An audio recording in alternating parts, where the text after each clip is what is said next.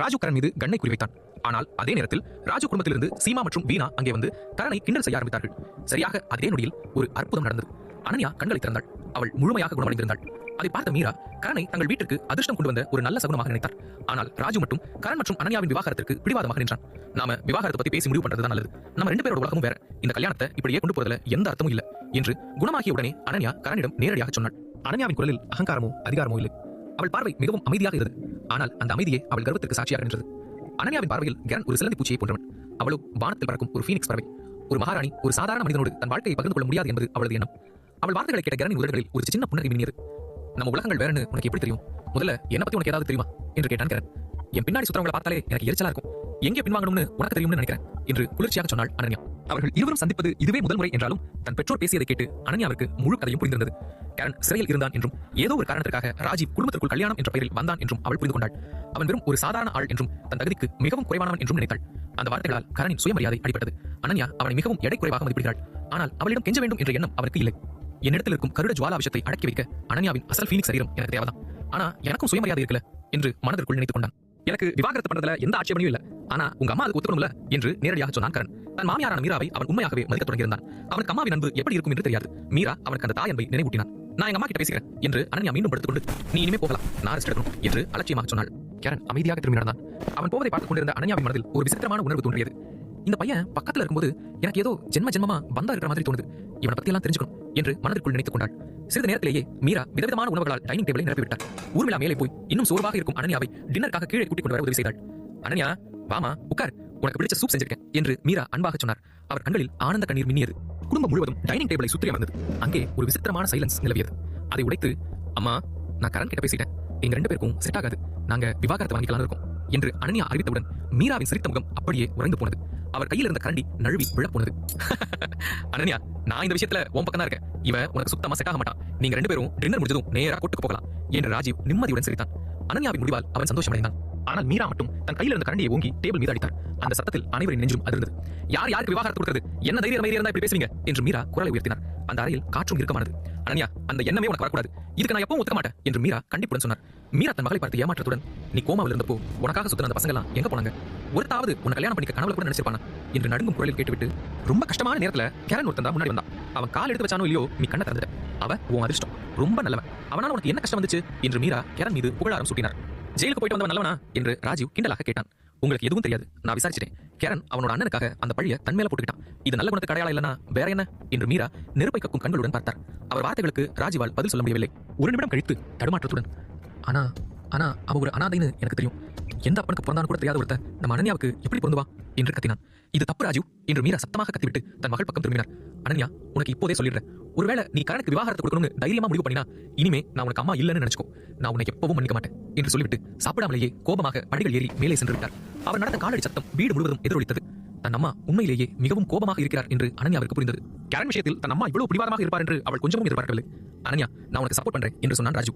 அனன்யா ஒரு வார்த்தை கூட பேசாமல் சாப்பாட்டை முடித்துவிட்டு அமைதியாக மேலே சென்று விட்டாள். கரண் கூட எதுவும் பேசாமல் எழுந்து தட்டை எடுத்துக்கொண்டு சமையல் அறைக்குள் போனான். ராஜு அவனை எரிச்சலுடன் பார்த்தான். அவனுக்கு தன் மருமகன் ஒரு முட்டாளாக தெரிந்தான். கரண் மட்டும் ஒரு தட்டில் சாப்பாட்டை போட்டுக்கொண்டு அதை எடுத்துக்கொண்டு தன் மாமியாரை அறைக்கு சென்றான். அத்தை சாப்பாடு கொண்டு வந்திருக்கேன், நீங்க உங்க உடம்ப பார்த்துக்கணும்ல என்று கரண் மெதுவாக கதவை தட்டினான். மீரா கதவை திறந்தார். அவர் கண்கள் சிவந்திருந்தன. ஆனால் கரனை பார்த்ததும் அவர் முகத்தில் புன்னகை வந்தது. சாப்பாட்டை வாங்கிக் கொண்டு கரண் நீ கவலைப்படாத, நான் உயிரோடு இருக்கிற வரைக்கும் விவாகரத்து பேச்சே வராது என்று சத்தியம் செய்தார். கரண் சிரித்துக் கொண்டே தலையாட்டினான். விவாகரத்து கொடுப்பது அவனுக்கும் அவ்வளவாக விருப்பமில்லை போல தெரிந்தது. அவனுக்குள் இருக்கும் கருட ஜுவாலா விஷயத்தை அடக்க வேண்டும் என்றால் அனன்யாவின் அசல் ஃபீனிக்ஸ் சரீரம் அவனுக்கு தேவை. பக்கத்து அறையில் அனன்யா தன் போனை எடுத்து ஒரு நம்பருக்கு டயல் செய்தாள். அனன்யாவிடமிருந்து கால் வந்ததும் மிஸ் அனன்யா நீங்க முடிச்சிட்டீங்களா என்று ஒரு பெண் ஆச்சரியமாக கேட்டாள். லதா அந்த கார் ஆக்சிடென்ட் பத்தி என்கொயரி பண்ணு என்று அனன்யா கட்டளையிட்டாள். அப்படியே செய்ற மிஸ் அனன்யா என்றாள் லதா. அனன்யா காலை கட் செய்ய போகும்போது ஏதோ ஞாபகம் வந்து லதா எனக்காக ஒரு நபரை பத்தி தெரிஞ்சுக்கோ, அவன் பேரு கரண் என்றாள். காலை கட் செய்த பிறகு அனன்யா படுக்கையில் பத்மாசனத்தில் அமர்ந்தாள். கண்களை மூடி தியானம் செய்து தன் உடலில் இருக்கும் அதிர்வுகளை கவனிக்க தொடங்கினாள். ஒரு நிமிடம் கழித்து அவள் முகத்தில் ஆச்சரியமும் குழப்பமும் தெரிந்தன.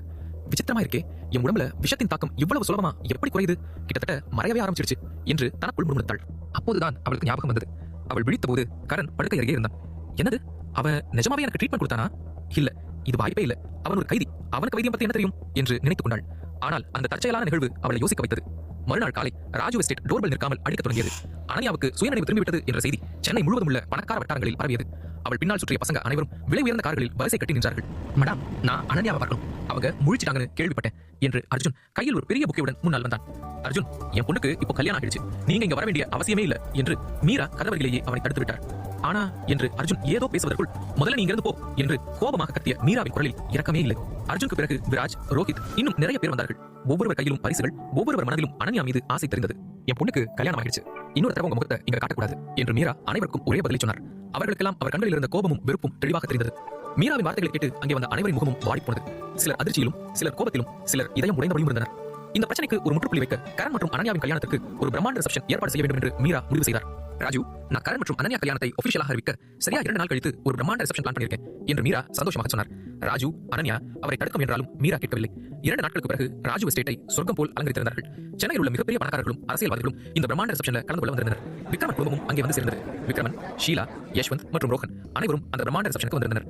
ஆரோக்கியமாக அழகாக இருக்கும் அனன்யாவை பார்த்து அவர்கள் அனைவரின் காலடியிலும் பூமி அதிர்ந்தது போல் இருந்தது. இவன் நம்ம போட்டோல பார்த்த பொண்ணு மாதிரியே இல்லையே, முழுசா மாறிட்டாளே என்று ஷீலா விக்ரமன் காதில் கிசுகிசுத்தாள். கரண் பயலுக்கு இவ்வளவு அழகான பொண்ணு கிடைச்சிட்டாளே, இவ எங்க போனாலும் அதிர்ஷ்டம் பின்னாடியே வருது, சாக வேண்டிய அந்த பொண்ணு கூட காப்பாத்திட்டா என்று ரோஹன் பொறாமையில் இருந்தான். பார்ப்போம் இந்த மகாராணி அந்த கைதியோட எவ்வளவு காலம் குடும்பம் நடத்த போறான்னு என்று யஷ்வந்த் கிண்டலாக சொன்னான். ஆனால் உலகத்தின் முன்னால் அவர்கள் அனைவரும் போலீஸ் சிரிப்பை வைத்துக் கொண்டு நடிக்க தொடங்கினார்கள். சிறிது நேரத்திலேயே ரிசப்ஷன் விழா தொடங்கியது. கரண் ஷேர்வானியில் ஒரு இளவரசன் போலவும் அனன்யா தன் லெங்காவில் மிக அழகாகவும் தெரிந்தார்கள். அனைவரின் கண்களும் அந்த ஜோடியின் மீதே இருந்தன. மோதிரம் மாற்றிக்கொள்ளும் நேரம் வந்தது. அவர்கள் இருவரும் ஒருவரை ஒருவர் தொட்டவுடன் இருவருக்கும் கரண் ஷாக் அடித்தது போல் இருந்தது. அனன்யா கண்கள் விரிய கரண் சட்டென்று தன் கையை பின்னால் இழுத்துக் கொண்டான். திடீரென்று ஹால் இருந்த லைட்டுகள் அனைத்தும் ஒரே அடியாக அணைந்தன. சுற்றிலும் காரிருள். விருந்தினர்களின் அலறல் சத்தத்தால் அந்த இடமே அல்லோல கல்லோலமாக மாறியது. உடனே வேலைக்காரர்கள் சுதாரித்துக் கொண்டு எமர்ஜென்சி லைட்டுகளை ஆன் செய்தார்கள். மின்மினுக்கும் அந்த வெளிச்சத்தில் அனைவரின் பார்வையும் ஹாலுக்கு மேலே உள்ள பால்கனி பக்கம் திரும்பியது. அங்கே தெரிந்த காட்சியைக் கண்டு அனைவரும் உறைந்து போனார்கள். அங்கே கருப்பு உடையில் 5 முகமூடி அணிந்த கொலைக்காரர்கள் நின்று கொண்டிருந்தார்கள். அவர்கள் கைகளில் நவீன ஆயுதங்கள் இருந்தன. அவர்கள் கண்கள் சாதாரணமாக இல்லை, அவை சிவப்பு, நீலம், பச்சை நிறங்களில் மின்னிக் கொண்டிருந்தன. அனன்யா, இன்னைக்கு தான் உனக்கு இந்த உலகத்துல கடைசி நாள். இன்னைக்கு உன்னை அந்த கடவுளால் கூட காப்பாற்ற முடியாது, சாகத்துக்கு தயாராயிரு என்று அவர்களின் தலைவன் குரல் ஹால்ல எதிரொலித்தது. அது மனிதனின் குரல் போல் இல்லை, ஒரு பேய் கத்துவது போல் இருந்தது. கரண் தன் கருட சக்தியால் இந்த கொலைக்காரர்களை தடுத்து நிறுத்துவானா? யார் அந்த முகமூடி கொலைக்காரர்கள்? அவர்கள் கண்களில் இருந்த வெளிச்சத்தின் பின்னால் இருக்கும் ரகசியம் என்ன? மேலும் அனன்யா தன் அம்மாவை எதிர்த்து கரனுக்கு விவாகரத்து கொடுப்பாளா? அப்படி நடந்தால் கரண் தன்னை எப்படி காப்பாற்றிக் கொள்வான்? இந்த கேள்விகளுக்கெல்லாம் விடை தெரிய தொடர்ந்து கேளுங்கள் அடுத்த எபிசோட் உங்கள் பாக்கெட் எஃப்எம்ல. கரனுடன் விவாகரத்து வேண்டும் என்று அனன்யா பிடிவாதம் பிடிக்க, அப்படி செய்தால் உனக்கு அம்மாவாக கூட இருக்க மாட்டேன் என்று மீரா விரட்டினாள். இந்த பிரச்சனைகளுக்கு நடுவே அனன்யாவிற்காக வரும் ஆண்களை பார்த்து மீரா அவர்கள் கல்யாணத்தை காப்பாற்ற ஒரு பிரம்மாண்டமான ரிசப்ஷனை ஏற்பாடு செய்தாள். அங்கே மோதிரம் மாற்றிக்கொள்ளும் நேரத்தில் கரண் போனது. அந்த இருட்டில் அனன்யாவை கொள்ள 5 முகமூடி அணிந்த கொலையாளிகள் பால்கனியில் தோன்றினார்கள். அனன்யா, இந்த பூமியில உன் மூச்சு நிற்க போற நேரம் வந்துருச்சு, இன்னைக்குதான் உனக்கு கடைசி நாள் என்று கத்தும் அந்த கொலையாளிகளின் தலைவனின் குரல் பாதாளத்திலிருந்து கேட்கும் ஒரு அரக்கனின் கர்ஜனை போல அந்த பெரிய ஹால் முழுவதும் அதிர்ந்தது. திடீரென்று நடந்த இந்த தாக்குதலால் விருந்தினர்கள் அனைவரும் உயிரை கையில் பிடித்துக் கொண்டு ஆளுக்கு ஒரு பக்கமாக ஓடினார்கள். அந்த 5 கொலையாளிகளும் பால்கனியில் இருந்து கீழே குதித்தார்கள். ஆச்சரியமாக அவர்கள் கீழே விழவில்லை. காற்றில் மிதந்து ஏதோ ஒரு கண்ணுக்கு தெரியாத சக்தியின் உதவியுடன் மெதுவாக தரைக்கு வந்தார்கள். பார்க்கும்போதே அவர்களில் ஒரு கொலையாளி நிழலோடு நிழலாக கலந்து மறைந்து போனான். 2வது ஆளின் கைகளில் நீல நிற மின்சார ஒளியுடன் ஒளிரும் சக்தி வாள்கள் உருவாயின. 3வது ஆள் கண்ணுக்கு தெரியாத மின்னல் வேகத்தில் ஹால் முழுவதும் அங்கும் இங்கும் நகரத் தொடங்கினான். ராஜு எஸ்டேட் செக்யூரிட்டி கார்டுகள் உடனே சுதாரித்துக் கொண்டு தங்கள் துப்பாக்கிகளால் சுட ஆரம்பித்தார்கள். ஆனால் அந்த புல்லட்டுகள் கொலையாளிகளின் அருகில் வந்து கண்ணுக்கு தெரியாத ஒரு சுவரில் மோதி கீழே விழுந்தன. உங்க தரங்கெட்ட புல்லட்டுகள் எங்களை ஒன்றும் பண்ண முடியாதா என்று அந்த கொலையாளிகளின் தலைவன் நக்கலாக சிரித்தான். ராஜு தைரியமாக அனன்யாவை தன் பின்னால் இழுத்துவிட்டு தன் கண்ணால் சுட்டார். ஆனால் அவருடைய முயற்சியும் வீணானது. அப்போதுதான் நிழலில் மறைந்திருந்த அந்த ஷாடோ கில்லர் திடீரென்று அனன்யாவின் பின்னால் தோன்றினான். ஒரு செடி முளைப்பது போல அவன் கைகளில் இருந்து ஆபத்தான ஒரு சக்தி வாழ் உருவானது. அந்த ஷாடோ கில்லர் வெட்ட போன நொடியில் கரண் நகர்ந்தான்.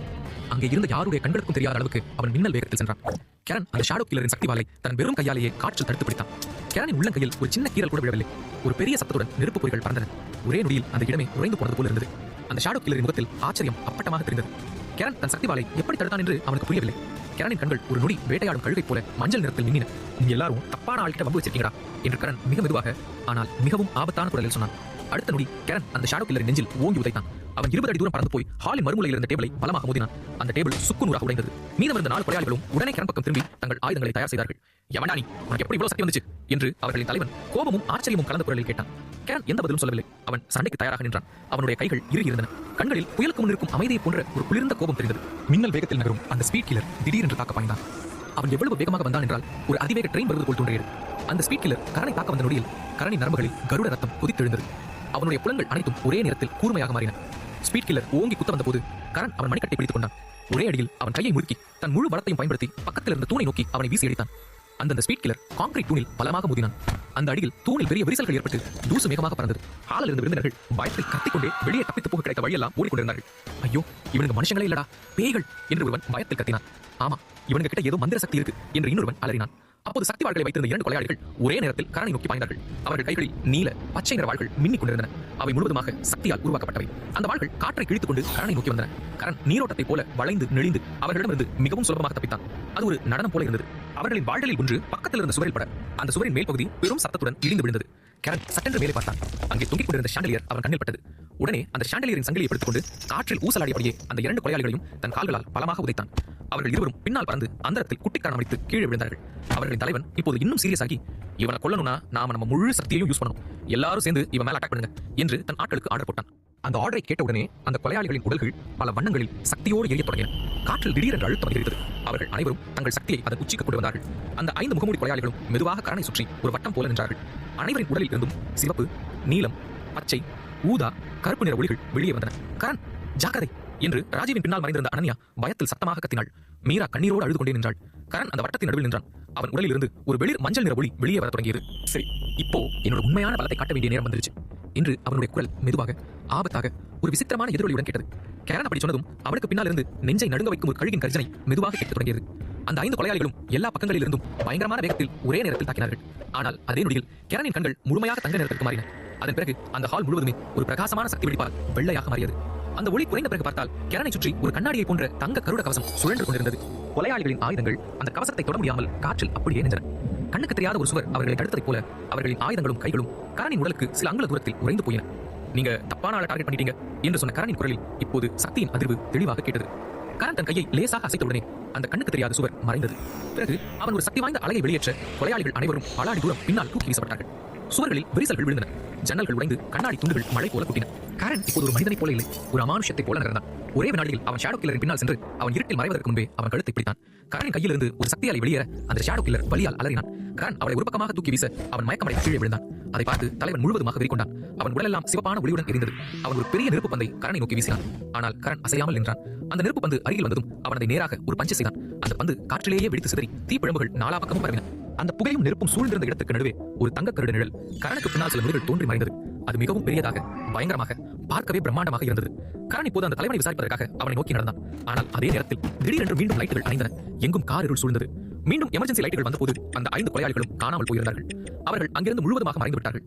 இன்னும் யாராவது இருந்தா வாங்கடா என்று கரண் ஏமாற்றத்தோடு கத்திக்கொண்டே சுற்றிலும் பார்த்தான். அங்கே இருந்தவர்கள் அனைவரும் அவனையே விசித்திரமாக பார்த்தார்கள். நான் கருட வீரன் என்கிற விஷயம் யாருக்கும் தெரியக்கூடாது என்று குருஜி தெளிவாக சொல்லியிருக்கிறார் என்று மனதிற்குள் நினைத்த கரண் உடனே அமைதியானான். அதன் பிறகு எதுவும் பேசாமல் அங்கிருந்து வெளியே நடந்தான். சிறிது நேரம் கழித்து ஒரு பிரைவேட் ரூமில் கரணோடு ராஜு குடும்பம் மட்டுமே இருந்தது. ராஜு கோபத்தில் குதித்துக் கொண்டிருக்க மீரா அதிர்ச்சியால் சோஃபாவில் உறைந்து போய் உட்கார்ந்திருந்தாள். அனன்யா ஜன்னல் பக்கத்தில் நின்று கொண்டு கரணையே இமைக்காமல் பார்த்துக் கொண்டிருந்தாள். உண்மையாவே என் பொண்ணு அனன்யாவை தாக்க முயற்சி பண்ணது யாரு? உனக்குள்ள எப்படி இந்த சக்தி எல்லாம் வந்துச்சு? என் சந்தேகம் உண்மைதான். உன்னாலதான் என் பொண்ணோட உயிருக்கு ஆபத்து வந்திருக்கு என்று ராஜு கத்தினார். என்ன சொல்றீங்க ராஜு? கரண் தன் உயிரை பணயம் வச்சு அனன்யாவை காப்பாத்திருக்கா என்று உடனே மீரா குறிப்பிட்டாள். அப்படின்னா அவன் கேளு, அந்த கொலையாளிகள் கிட்ட இருந்த சக்தி எல்லாம் இவன்கிட்ட எப்படி வந்துச்சுன்னு என்று ராஜு மீண்டும் கர்ஜித்தார். அது வெறும் ஸ்பெஷல் ட்ரைனிங். ஜெயில இருந்தப்போ என் குருஜி உயிர் பிழைக்க சில ட்ரிக்குகளை சொல்லிக் கொடுத்தார் என்று கரண் ஜன்னல் வழியே வெளியே பார்த்தபடியே அலட்சியமாக பதில் சொன்னான். போய் ஜெயில இந்த மாதிரி சக்தி எல்லாம் யார் சொல்லிக் கொடுப்பாங்க? கருட நிழல், கரண் ஷாக்கள் இதெல்லாம் சாதாரண ட்ரைனிங் இல்ல என்று ராஜு தன் சந்தேகத்தை வெளிப்படுத்தினார். நம்புங்க சார், அந்த கொலையாளிகள் எனக்காக வரல, உங்க பொண்ணுக்காகத்தான் வந்தாங்க. ஆனா நான் உங்களுக்கு ஒரு வாக்கு கொடுக்குறேன். நான் இருக்கும்போது உங்க பொண்ணு மேல ஒரு சின்ன கீறல் கூட விழவிட மாட்டேன் என்று கரண் ராஜு அருகில் சென்று சொன்னான். கார் ஆக்சிடென்ட் ஆனப்ப கூட இதே மாதிரி சக்திகள் தான் என்ன கொல்ல பார்த்துச்சு. காரின் ஸ்டீரிங்க ஏதோ ஒரு நிழல் ஓட்டுற மாதிரி எனக்கு தோணுச்சு என்று திடீரென்று அனன்யா சொன்னாள். அப்படின்னா அந்த கொலையாளிகள் உன்னை வழியிலிருந்து தூக்க ஏற்கனவே முயற்சி பண்ணிருக்காங்களா என்று கரண் கேட்டான். உண்மையாவே அனன்யாவை கொல்ல நினைக்கிறது யாரு என்று மீரா அழுது கொண்டே கேட்டாள். அனன்யா இல்லாம போறதால யாருக்கு லாபம் இருக்கோ அவங்கதான் என்று கரண் பதில் சொன்னான். எனக்கு நிறைய எதிரிகள் இருக்காங்க. ஆனா இந்த மந்திர சக்தி இருக்கிற எதிரி எவனா இருப்பான்? யார் நம்புறாங்களோ இல்லையோ இவ வீட்டுக்குள்ள வந்த பிறகுதான் இதெல்லாம் நடக்குது என்று ராஜீவ் எரிச்சலுடன் சொன்னார். சார், அவங்க யாரா இருந்தாலும் சரி, நான் அவங்களை தேடி கண்டுபிடிப்பேன். அப்போ உங்களுக்கு நம்பிக்கை வரும். அவங்களுக்கும் எனக்கும் எந்த சம்பந்தமும் இல்லைன்னு என்று கரண் முன்னே வந்து ராஜீவின் கையை பிடித்துக் கொண்டு சொன்னான். ராஜீவ் கோபமாக அங்கிருந்து சென்று விட்டார். அதனால் கரண் ஏமாற்றமாக நின்றான். அப்போது அனன்யா மெதுவாக கரணின் அருகில் சென்றாள். அவன் உடலில் இருந்து ஒரு வெப்பத்தை கூட உணரும் அளவுக்கு அவள் நெருக்கமாக வந்தாள். நீ எப்படி இவ்வளவு பவர்ஃபுல்லான? உன்கிட்ட ஏதோ ஒரு வித்தியாசம் இருக்குன்னு எனக்கு தோணுது என்று அனன்யா கரணின் கண்களை பார்த்தபடியே மெதுவாக கேட்டாள். கரண் அவளை பார்த்தான். அவர்கள் இருவரின் கண்களும் சந்தித்தன. 2 மகாசக்திகள் ஒன்றையொன்று அடையாளம் கண்டுகொண்டதைப் போல அவர்களுக்கு நடுவே ஒரு தங்க மற்றும் சிவப்பு நிற ஒளி மின்னியதைப் போல இருந்தது. நான் வெறும் பயிற்சி பெற்ற ஒரு வீரன், அதை தாண்டி வேற எதுவுமே இல்ல என்று சொல்லிவிட்டு கரண் உடனே தன் பார்வையை திருப்பிக் கொண்டு தர்மசங்கடமாக உணர்ந்து அங்கிருந்து வேகமாக போய்விட்டான். இன்னைக்கு என் ரகசியம் வெளியே தெரியாம தப்பிச்சிட்டேன். ஆனா அனன்யா கிட்டையும் ஏதோ ஒரு ஸ்பெஷல் இருக்கு, அவகிட்ட கொஞ்சம் ஜாக்கிரதையா இருக்கணும் என்று அவன் மனதிற்குள் நினைத்துக் கொண்டான். அந்த கொலையாளிகளை அனுப்பிய அந்த கண்ணுக்கு தெரியாத எதிரி யார்? கரண் தன் கருட சக்தியின் ரகசியத்தை எவ்வளவு காலம் மறைத்து வைக்க முடியும்? அனன்யா தனக்குள் மறைந்திருக்கும் ஃபீனிக்ஸ் சக்தியை எப்போது உணர்ந்து கொள்வாள்? இந்த கேள்விகளுக்கெல்லாம் விடை தெரிய வேண்டுமா? கேளுங்கள் அடுத்த எபிசோட் உங்கள் பாக்கெட் எஃப்எம்கள் மட்டுமே. ரிசப்ஷனில் நடந்த பயங்கரமான தாக்குதலில் முகமூடி அணிந்த கொலைகாரர்களிடமிருந்து அனன்யாவை தன் கருட சக்தியால் காப்பாற்றினான் கரண். ஆனால் அவர்கள் காற்றில் மறைந்து போகவே இப்போது அவனது அடையாளமே ஆபத்தில் இருந்தது. அனன்யா மற்றும் ராஜு ஆகியோரின் சந்தேக பார்வைகளிலிருந்தும் அவர்களின் கேள்விகளிலிருந்தும் எப்படியோ தப்பித்து வெளியே வந்தான் கரண். நள்ளிரவு நேரம் ராஜு எஸ்டேட் வளாகத்தில் சரியான அந்த கொலைகாரர்கள் மறைந்த இடத்துக்கு வந்தான் கரண். போன்ல டார்ச் லைட்டை ஆன் செய்துவிட்டு அந்த இடம் முழுவதையும் சல்லடை போட்டு தேட ஆரம்பித்தான். தரையில் ஒவ்வொரு அங்குலமாக தேடிக்கொண்டே வந்தான். அவனுக்கு சில தடயங்கள் கிடைத்தன. கொலைகாரர்களின் தலைவன் என்ற இடத்தில் தரை கருகி சாம்பலாக மாறியிருந்ததை அவன் கவனித்தான். சற்று தள்ளி ஒரு மரத்தினடியில் யாரோ செதுக்கிய விசித்திரமான குறியீடு ஒன்று தெரிந்தது. பார்க்க அது ஒரு மாந்திரீக குறியீடு போல இருந்தது. அருகில் இருந்த செடியில் மிகவும் விலை உயர்ந்த ட்ரெஸ் ஒரு சிறிய துண்டு சிக்கியிருந்தது. அதை கவனமாக வெளியே எடுத்து பார்த்தான். அது ஏதோ ஒரு பெரிய டிசைனர் பிராண்ட் துணி என்பது ஒரு நொடியில் தெரிந்துவிட்டது. உடனே அந்த குறியீட்டை போட்டோ எடுத்து ஆன்லைன்ல தேட ஆரம்பித்தான். சில நிமிட தேடலுக்கு பிறகு அவனுக்கு ஒரு தகவல் கிடைத்தது. அது ரெட் குரூப் என்ற பழைய கொலைகார கும்பலை சேர்ந்த குறியீடு. அந்த கும்பல் கோடீஸ்வரர்களிடம் மட்டுமே டீல் பேசுவார்கள் என்று தெரிந்தது. அப்போ இவங்களுக்கு பின்னாடி ரொம்ப பெரிய ஆள் இருக்கா? இவ்வளவு செலவு செய்யற அளவுக்கு யாருக்கு தைரியம் இருக்கு என்று மெதுவாக முன்முடுத்தான் கரண். அந்த நபர் குடும்பத்தைச் சேர்ந்த ஒருவராகவே இருப்பாரோ என்ற எண்ணம் கரணின் மூளையை குடைய ஆரம்பித்தது. கரண் மீண்டும் அந்த துணியை பார்த்தான். அதில் பாதி எம்ப்ராய்டரி செய்யப்பட்டிருந்தது. அது ஏதோ ஒரு குறிப்பிட்ட ஃபேமிலி சிம்பல் போல தோன்றியது. அவன் வேறு ஏதேனும் சிக்குமா என்று தேடுவதற்குள் தூரத்தில் காலை சத்தம் கேட்டது. கரண் உடனே ஒரு சிறுத்தையை போல அங்கிருந்த இருளில் நழுவி தன்னைத்தானே மறைத்துக் கொண்டான். கருப்பு உடையில் ஒரு உருவம் மெதுவாக அருகே வந்தது. அவன் கீழே குனிந்து கருகிய தடயங்களை ஆராயத் தொடங்கினான். கருட வீரனா இங்கேயா? இது வாய்ப்பே இல்லையே என்று தரையை தொட்டுக்கொண்டே தனக்குள் முன்முத்தான். அடுத்த நொடியே போனை எடுத்து யாருக்கோ கால் செய்தான். சார், நிலைமை நாம நினைச்சதை விட ரொம்ப மோசமா மாறிடுச்சு. டார்கெட் கூட ஒரு பாதுகாவலன் இருக்கான். அவர் ரொம்ப பலசாலி என்று பேசத் தொடங்கினான். கரண் மிகவும் கவனமாக அவன் வார்த்தைகளை கேட்டு ஒவ்வொரு வார்த்தையையும் தன் மூளையில் பதிவு செய்து கொண்டான். சார், அனன்யா ஃபீனிக்ஸ் சக்தி இருக்கிற பொண்ணு உறுதியாயிடுச்சு. அதுல எந்த டவுட்டும் இல்ல. ஆனா அந்த பையன், ஐயோ, அவனோட சக்தி சாதாரணமானது இல்ல. அவன் கிட்ட கருடனோட தாக்கம் தெளிவா தெரிஞ்சது. நமக்கு இன்னும் ட்ரெயினிங் எடுத்த ஆட்கள் வேணும், இல்லனா இந்த மிஷன் வேஸ்ட் ஆயிடும் என்று சொன்னான் அந்த நபர். ஃபீனிக்ஸ் என்ற வார்த்தையை கேட்டதும் கரணின் ரத்தம் ஒரு கணம் உறைந்து போனது. அப்போ அனன்யாவோட ஃபீனிக்ஸ் உடம்ப பத்தி வேற யாருக்கும் தெரிஞ்சிருக்கு. ஒருவேளை அதனாலதான் அவளை டார்கெட் செஞ்சிருப்பாங்க என்று மனதிற்குள் நினைத்துக் கொண்டான். அந்த நபர் காலை முடித்துவிட்டு அங்கிருந்து செல்ல திரும்பினான். அப்போது நில்லு, தப்பிச்சு போகலாம்னு நினைக்காத என்று கடுமையான குரலில் சொல்லிக்கொண்டே இருளிலிருந்து வெளியே வந்தான் கரண். அந்த நபர் உடனே திடுக்கிட்டு திரும்பி பார்த்தான். நிலா வெளிச்சம் அவன் முகத்தில் பட்டதும் அங்கு நின்றவனை பார்த்து கரண் ஆச்சரியப்பட்டான்.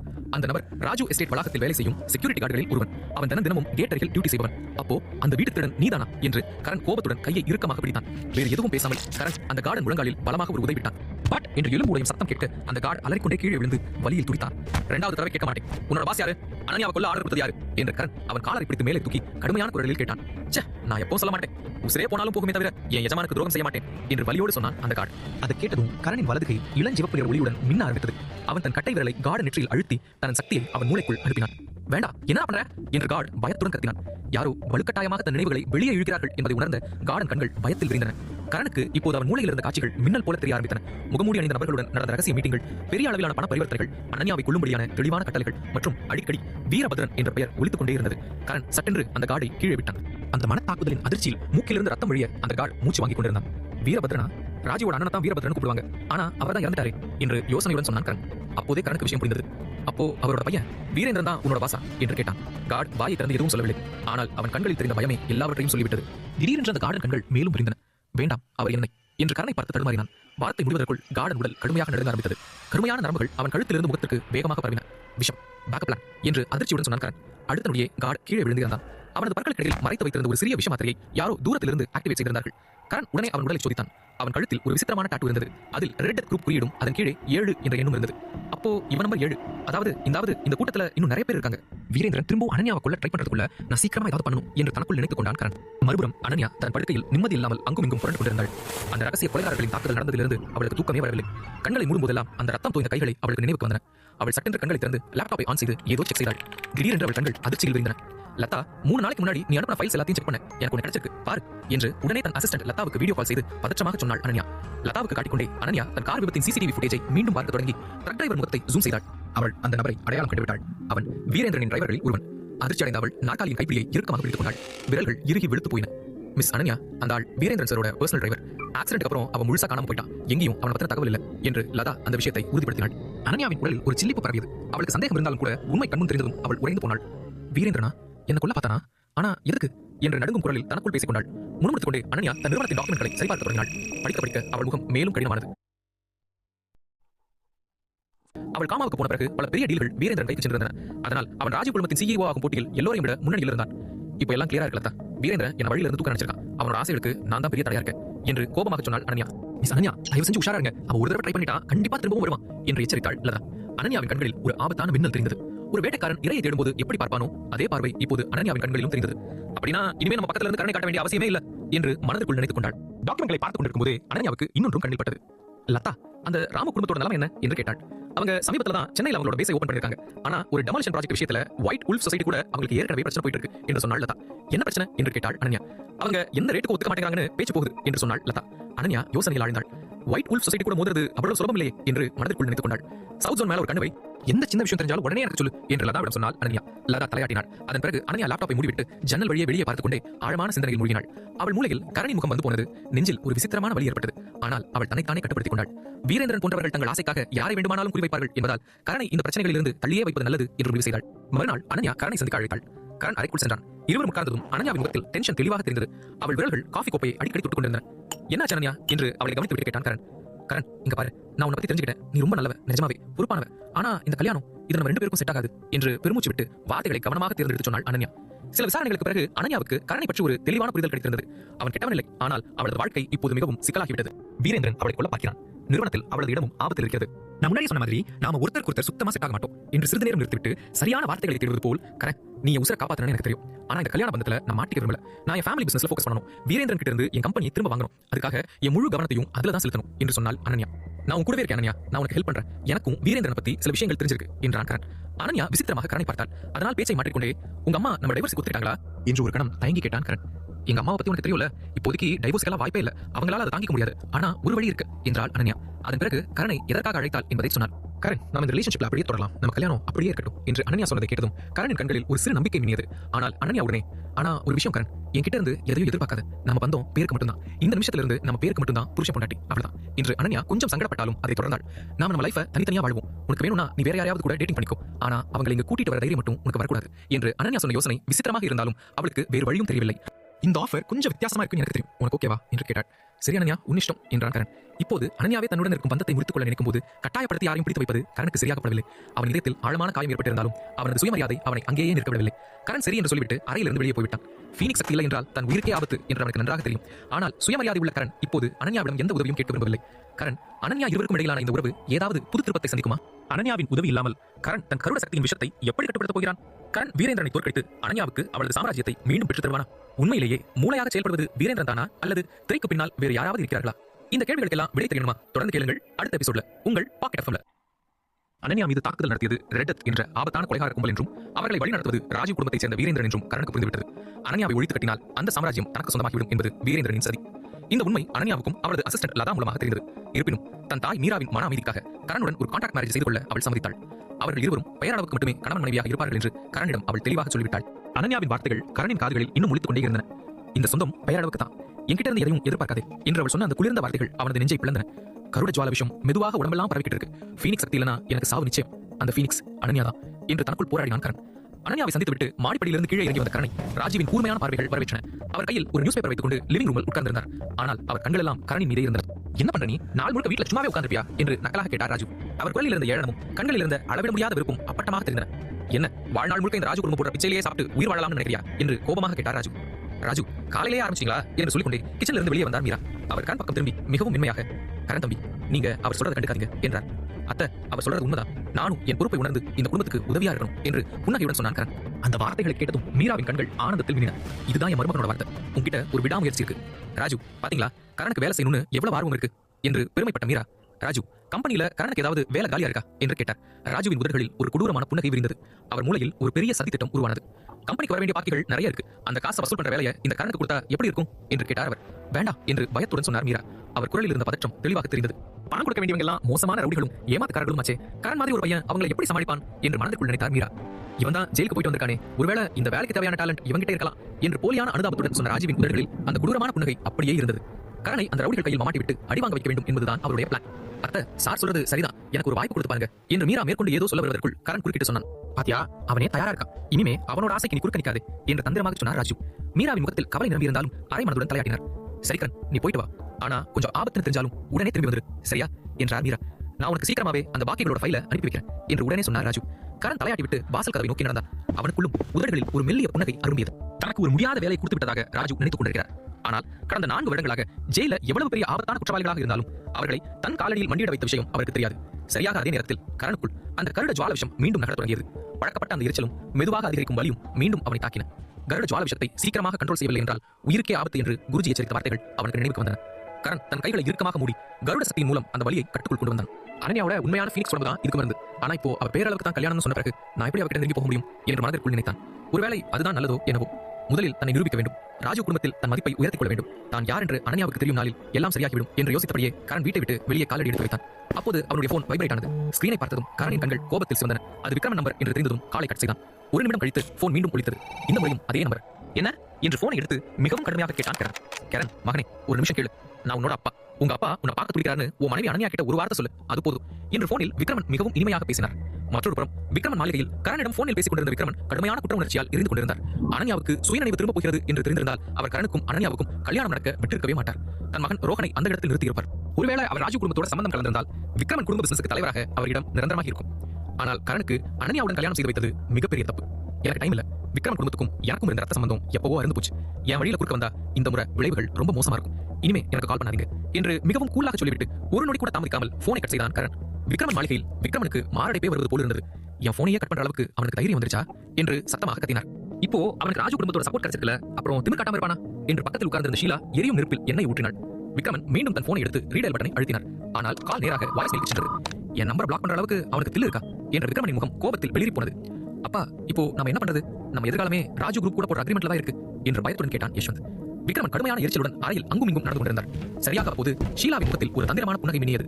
எனக்கு ஞாபகம் இருக்கு, அந்த முட்டாள் ஸ்கூல் படிக்கிறப்போ ஒரு பொண்ணு கிட்ட ரொம்ப க்ளோஸா இருப்பான். அந்த பொண்ணு தான் அவனோட ஃபர்ஸ்ட் கிரஷ். அவனை நம்ம வழிக்கு கொண்டு வர அந்த பொண்ணை நம்ம யூஸ் பண்ணிக்கலாம். அவனோட சைல்ட்ஹுட் கிரஷ் அவளை தேடி வந்தா அவ கண்டிப்பா சம்மதிப்பான் என்று தன் சதி திட்டத்தை சொன்னாள் ஷீலா. அந்த ஐடியாவை கேட்டதும் விக்ரமன் குடும்ப ஆண்களின் கண்கள் பிரகாசித்தன. அவர்களுக்கு கரணின் பலவீனம் கிடைத்து விட்டது. அப்பா, நான் அந்த பொண்ணை கண்டுபிடிக்கிறேன் என்று உற்சாகமாக சொன்னான் ரோஹன். வேலையை கச்சிதமா முடி, அந்த பொண்ணை தேடு, அவளுக்கு பணம் கொடு, கரனை மறுபடியும் நம்ம கைக்குள்ள கொண்டு வரணும் என்று மிகவும் கொடூரமான திருப்தியுடன் கட்டளையிட்டார் விக்ரமன். ராஜீவ் எஸ்டேட்ல இருந்து வெளியே வந்த கரண் ராஜீவ் அனுப்ப போகும் பாக்கிகளின் லிஸ்டுக்காக காத்துக் கொண்டிருந்தான். பசி எடுத்ததால் ரோட்டோரத்தில் இருந்த ஒரு சிறிய நூடல்ஸ் ரெஸ்டாரண்ட்டுக்குள் நுழைந்தான். கரண் சீட்டில் உட்கார்ந்தானோ இல்லையோ, கரண் என்று ஒரு தெளிவான குரல் அவனை கூப்பிட்டது. கரண் தலையை நிமிர்த்தி பார்த்தான். எதிரே ஒரு பெண் நின்று கொண்டிருந்தாள். அவளை பார்த்ததும் அவனுக்கு ஆச்சரியமாக இருந்தது. எதிர்பாராமல் இவ்வளவு சிறிய நூடல்ஸ் ரெஸ்டாரண்டில் இப்படி ஒரு பெண்ணை சந்தித்தது கரனுக்கு வியப்பாக இருந்தது. அப்போது அவன் மூளையில் பழக்கப்பட்ட ஒரு முகம் மின்னலாக வந்து சென்றது. சரிக்கா, நீயா என்று கொஞ்சம் தயக்கத்துடன் கேட்டான் கரண். சரிக்கா, கரணின் ஸ்கூல் கிளாஸ்மேட். ஒருமுறை சில பொறுக்கிகள் அவளை கேலி செய்த போது கரண் நடுவில் புகுந்து அவளை காப்பாற்றினான். அன்றிலிருந்து அவளது மனதில் கரண் ஒரு ஹீரோவாகவே தங்கிவிட்டான். அதனால்தான் அவளுக்கு அவனை நன்றாக நினைவிருந்தது. என்ன உனக்கு ஞாபகம் இருக்குன்னு என்னால் நம்பவே முடியல என்று இனிமையாக சிரித்துக் கொண்டே அவனுக்கு எதிரே உட்கார்ந்தாள் சரிக்கா. அவள் சிரிக்கும் போது அந்த இடமே வெளிச்சத்தால் நிறைந்தது போல் இருந்தது.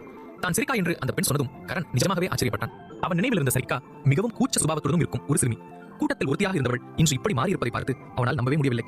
வாவ், காலத்தோட சேர்ந்து மனுஷங்க எவ்வளவு மாறிடுறாங்க. அன்னைக்கு அமைதியா இருந்த பொண்ணு இன்னைக்கு பாம்பு மாதிரி ஆயிட்டா. நிஜமாவே அப்போ உன்னை ஏன் டேட்டுக்கு கூப்பிடலன்னு என் மேல எனக்கே கோபம் வருது என்று சிரித்துக் கொண்டே ஜாலியாக சொன்னான் கரண். அந்த வார்த்தைகளை கேட்டதும் அவளது கண்ணங்கள் வெட்கத்தால் சிவந்தன. பாருங்க யார் பேசுறதுன்னு, நீயும் அந்த டைம்ல பெருசா எதுவும் பேச மாட்டியே என்று சரிக்கா சிரித்துக் கொண்டே பதிலளித்தாள். ஹே, மனுஷங்க மாறுவாங்க, நீயும் இங்கதான் சாப்பிடுறியா என்று புன்னகையுடன் கேட்டான் கரண். இது எங்க அம்மாவோட கடை, இன்னைக்கு சண்டே இல்ல, அதான் ஹெல்ப் பண்ண வந்தேன் என்று தலையாட்டியபடி சொன்னால் சரிக்கா. சரிக்கா, நூடுல்ஸ் ரெடி என்று கிச்சன்ல இருந்து ஒரு குரல் கேட்டதும் சரிக்கா ஓடி சென்று சூடான நூடுல் கிண்ணத்துடன் திரும்பி வந்தாள். வாவ், என் அதிர்ஷ்டம் தான், இவ்வளவு அழகான பொண்ணோட கையால சாப்பாடு கிடைக்குது என்று கிண்ணத்தை வாங்கிக் கொண்டே அவளை கேலி செய்தான் கரண். சரிக்கா சிரித்துக் கொண்டே கரனுக்கு எதிரே உட்கார்ந்தாள். கரண், அப்போ திடீர்னு ஏன் ஸ்கூல்ல இருந்து நின்னுட்ட என்று ஆர்வமாக கேட்டாள். அதான் சில வேலைகள் வந்துச்சு என்று அந்த விஷயத்தை மறைத்து சொன்னான் கரண். நீ இன்னும் படிக்கிறியா என்று டாபிக்கை மாற்றினாள் சரிக்கா. இல்ல, எனக்கு கல்யாணம் ஆயிடுச்சு என்று தலையை குறுக்காக அசைத்து சொன்னான் கரண். அந்த வார்த்தையை கேட்டதும் சரிக்காவுக்கு மூச்சே நின்று விட்டது போல் இருந்தது. உனக்கு நிஜமாவே கல்யாணம் ஆயிடுச்சா என்று நம்ப முடியாமல் கேட்டாள். ஆமா, கொஞ்ச நாள் முன்னாடி தான் ஆச்சு என்று உறுதிப்படுத்தினான் கரண். சரி, உன் விஷயம் என்ன, பாய் ஃப்ரெண்ட் யாராவது இருக்காங்களா என்று சிரித்துக் கொண்டே கேட்டான். நான் இப்போ சென்னை யூனிவர்சிட்டியில் படிச்சிட்டு இருக்கேன், காதலெல்லாம் இப்போதைக்கு இல்ல என்று சரிக்கா அவசரமாக தலையை அசைத்தாள். நல்லது, உன் படிப்புல கவனம் செலுத்து, என்ன மாதிரி ஆகிடாது என்றான் கரண். சரிக்கா சரி என்பது போல் தலையாட்டினாள். ஆனால் அவள் நெஞ்சுக்குள் ஒரு விசித்திரமான ஏமாற்றம் சூழ்ந்து கொண்டது. சரியாக அப்போது சில ரவுடிகள் அந்த ரெஸ்டாரண்ட்டுக்குள் திமிரி கொண்டு நுழைந்தார்கள். அவர்களை பார்த்ததும் சரிக்காவின் முகம் பயத்தில் வெளியேறியது. நீங்களா, நீங்க மறுபடியும் எதுக்காக இங்க வந்தீங்க என்று கோபமாக கத்தினாள். உண்மையில் சரிக்காவுக்கு இந்த ரவுடிகள் எப்படி தெரியும்? ராஜு போட்ட சதி திட்டத்தில் கரண் சிக்குவானா? கரண் உடம்பில் உள்ள கருட ஜுவால விஷம் அவனை அனன்யாவுடன் நெருங்கி பழக வற்புறுத்துமா? விக்ரமன் குடும்பம் பிளான் செய்த கரணின் சைல்ட்ஹுட் கிரஷ் இந்த சரிக்கா தானா? இந்த கேள்விகளுக்கெல்லாம் விடை தெரிய தொடர்ந்து கேளுங்கள் பாக்கெட் எஃப்எம்ல. ராஜீவ் கரனுக்கு ஒரு ஆபத்தான வேலையை கொடுத்தான். ராஜு குடும்பத்திற்கு பணம் தராமல் ஏமாற்றும் நபர்களிடமிருந்து பணத்தை வசூல் செய்வதுதான் அந்த வேலை. கரண் அந்த சேலஞ்சை ஏற்றுக்கொண்டு பணத்தை வசூலிக்க கிளம்பினான். பணம் தர வேண்டியவர்களின் லிஸ்டுக்காக காத்திருந்தபடியே கரண் ஒரு ரெஸ்டாரண்ட்டுக்கு போனான். அங்கே அவன் தன் சைல்ட்ஹுட் கிரஷ் சரிகாவை பார்த்தான்.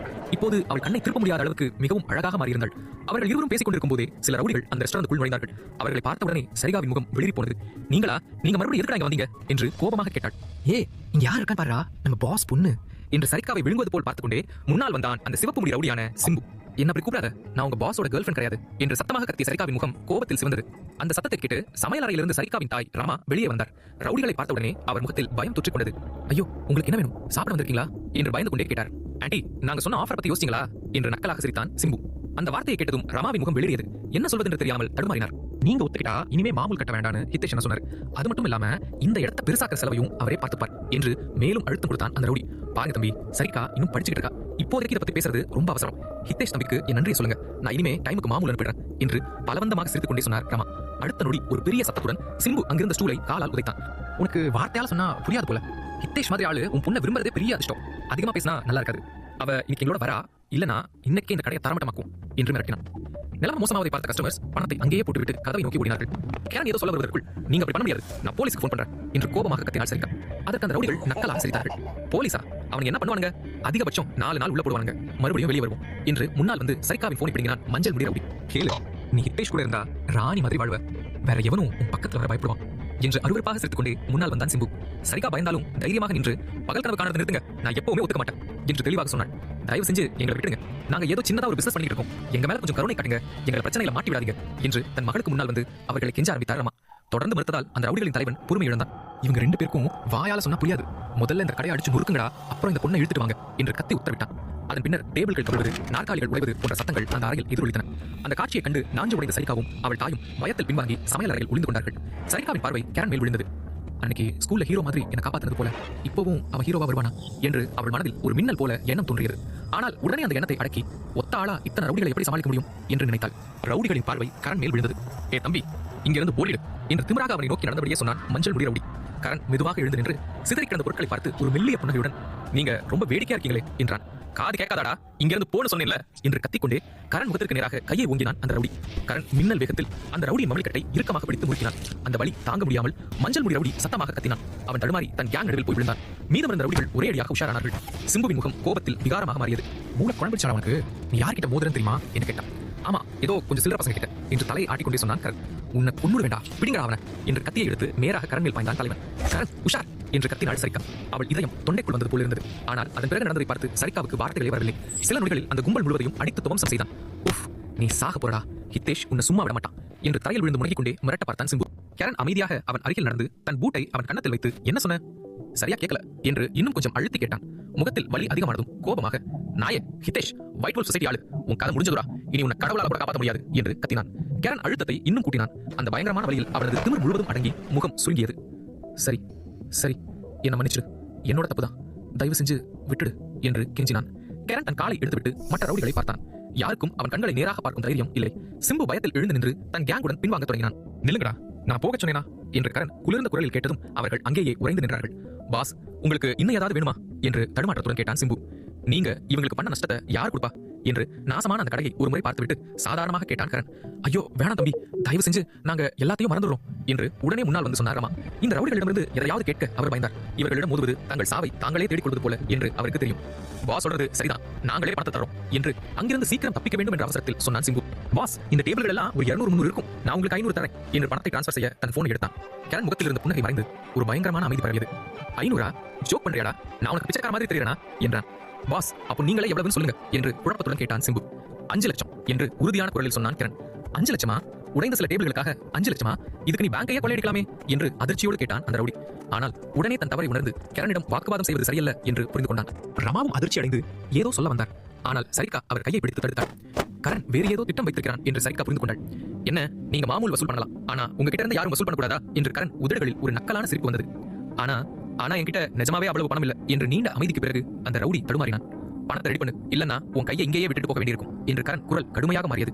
நான் தரேன் என்று பயத்தில் முகம் வெளிரி போய் கத்தினான் அந்த ரவுடி. கடைசியாக அந்த ரவுடிகள் தங்கள் நண்பர்களுக்கு போன் செய்து கஷ்டப்பட்டு 5 லட்சத்தை கூட்டினார்கள். பணம் டிரான்ஸ்பர் ஆனதும் அவர்கள் தப்பியோட தயாரானார்கள். ஆனால் கேரன் ஒரு கையை தூக்கி அவர்களை தடுத்தான். இன்னொரு விஷயம், உங்க ஹிதேஷ் கிட்ட சொல்லு, இந்த முறை அவனோ இல்ல அவனோட ஆட்களோ இந்த கடை பக்கம் திரும்பி பார்த்தா நான் பர்சனலா அவன் கிட்ட வருவேன் என்று அமைதியாக எச்சரித்தான். ரவுடிகள் அவசரமாக தலையாட்டி விட்டு உயிரை கையில் பிடித்துக் கொண்டு ஓடினார்கள். கேரன், ரொம்ப ரொம்ப தேங்க்ஸ் என்றாள் சரிகா. அவள் கண்களில் கேரனுக்கான நன்றி தெளிவாக தெரிந்தது. அவன் சரிகாவை காப்பாற்றுவது இது 2வது முறை. பரவாயில்ல, அதை பத்தி யோசிக்காத என்று கேரன் சிரித்தான். தம்பி, உனக்கு ரொம்ப தேங்க்ஸ், உன் உதவியை நாங்க மறக்க மாட்டோம் என்று சொன்ன ரமா, நான் இந்த பணத்தை எடுக்க மாட்டேன் என்று அந்த பணத்தை கேரனின் அக்கௌண்ட்டுக்கு டிரான்ஸ்ஃபர் செய்யும் என்றார். மிஸ்ஸஸ் ரமா, இந்த பணம் உங்களுடையது, இது உங்களுக்கு தான் சேரணும் என்று கேரன் உடனே கையை அடித்தெடுத்தான். ரமா எவ்வளவோ சொல்லியும் கேரன் பிடிவாதமாக இருந்தான். கடைசியில் தோற்று போய், தம்பி நீ ஜாக்கிரதையா இருக்கணும், அவங்க நல்லவங்க கிடையாது, இன்னைக்கு நடந்த விஷயத்துக்காக அவங்க உன்னை தேடி வரலாம் என்று எச்சரித்தார். கேரன், சாரி எங்களால நீ பிரச்சனையில மாட்டிட்ட என்று பின் விளைவுகளை பற்றி யோசித்து சொன்னாள் சரிகா. விடு, இந்த 2-3 சிலர பசங்களால எனக்கு ஒன்றும் ஆகாது என்று கரண் சிரித்தான். கரணின் நம்பிக்கையை பார்த்து தாயும் மகளும் அதை பெரிதுபடுத்தவில்லை. சரிகாவிடம் சிறிது நேரம் பேசிய பிறகு அவர்கள் ஒருவருக்கொருவர் போன் நம்பரை வாங்கிக் கொண்டார்கள். அவங்க மறுபடியும் வந்து ஏதாவது பிரச்சனை பண்ணா எனக்கு கால் பண்ணு என்று கிளம்ப தயாராகிக் கொண்டே கரண் சொன்னான். சரி, நீயும் ஜாக்கிரதையா இரு என்று உறுதியாக தலையாட்டினாள் சரிகா. அங்கிருந்து கிளம்பிய பிறகு கரணின் போன் ஒலித்தது. அது ராஜுவிடமிருந்து வந்த மெசேஜ். அவர்களுடைய கடைசி பேமெண்ட் கட்டாத கிளைண்ட்களின் லிஸ்ட் அது. அவன் அந்த 12க்கும் மேற்பட்ட பேர்களை பார்த்தான். எல்லாவற்றிலும் பெரிய கடன் ஒயிட் வுல்ஃப் செக்யூரிட்டி கம்பெனியுடையது. அவர்கள் 5 கோடி ரூபாய் பாக்கி வைத்திருந்தார்கள். ஒயிட் வுல்ஃப் என்று படித்த உடனே கரனுக்கு ஒரு சந்தேகம் வந்தது. ஒயிட் வுல்ஃப் செக்யூரிட்டி கம்பெனிக்கும் ஒயிட் வுல்ஃப் சொசைட்டிக்கும் ஏதாவது சம்பந்தம் இருக்குமா என்று நினைத்தான். கரண் தன் போனில் தேடிய போது அந்த கம்பெனியின் பிரான்ச் ஒன்று அவன் இருக்கும் இடத்திற்கு அருகிலேயே இருப்பது தெரிந்தது. அது சவுத் ஜோன்ல இடிக்கப்பட வேண்டிய நிலையில் உள்ள ஒரு ஏரியாவில் இருப்பதாக அட்ரஸ் காட்டியது. கரண் உடனே ஒரு டாக்ஸி பிடித்து அந்த இடத்தை நோக்கி கிளம்பினான். ராஜு குடும்பத்தின் பணத்தை வசூலிப்பதோடு இன்னைக்கே அந்த ஹிதேஷுக்கும் ஒரு பாடம் புகட்ட வேண்டும் என்று நினைத்தான். சிறிது நேரத்தில் வந்துட்டோம் தம்பி என்றார் டிரைவர். கரண் அவருக்கு பணத்தை கொடுத்துவிட்டு டாக்ஸியிலிருந்து இறங்கி சுற்றுமுற்றும் பார்த்தான். அந்த பகுதி முழுவதும் இடிப்பதற்காக ஒதுக்கப்பட்டிருந்தது. ஒரு கட்டடத்தை நோக்கி நடந்து கொண்டிருக்கும் போது ஒரு சிவப்பு நிற லக்ஸரி கார் பக்கத்தில் வந்து நிற்பதை கவனித்தான். கதவுகள் திறக்க 2 பெண்கள் வெளியே இறங்கினார்கள். ஒருத்தி கருப்பு லெதர் ஜாக்கெட், சன்கிளாசஸ் அணிந்திருந்தாள். அவளை பார்த்தாலே பாடிகார்டு என்று தெளிவாக தெரிந்தது. கரண் அவளை மேலோட்டமாக பார்த்துவிட்டு அதன் பிறகு அவள் பக்கத்தில் நின்றிருந்த பெண்ணை பார்த்தான். அந்த பெண்ணின் தோற்றம் அனைவரையும் ஈர்க்கும் வகையில் இருந்தது. அவள் அணிந்திருந்த ஒரு கருப்பு பிசினஸ் சூட் அவளது மிடுக்கை மேலும் அழகாக்கியது. அவள் நடையில் ஒரு ராஜ கம்பீரம் தெரிந்தது. இவங்க 2 பேரும் சாதாரண ஆட்கள் இல்ல. இவங்க இந்த பழைய பாழடைந்த இடத்துல என்ன பண்றாங்க? இவங்களும் ஒயிட் வுல்ஃப் செக்யூரிட்டி கம்பெனிக்காகத்தான் இங்க வந்திருக்காங்களா என்று கரண் சற்று ஆச்சரியப்பட்டான். உண்மையிலேயே யார் இந்த மர்ம பெண்கள்? அவள் இங்கு எதற்காக வந்தாள்? கரண் ஒயிட் வுல்ஃப் செக்யூரிட்டி கம்பெனியிலிருந்து பணத்தை வசூலிப்பானா? ஹிதேஷ் இப்போது கரனை தேடி வருவானா? இந்த கேள்விகளுக்கெல்லாம் விடை தெரிய தொடர்ந்து கேளுங்கள் உங்கள் பாக்கெட் எஃப்எம்ல.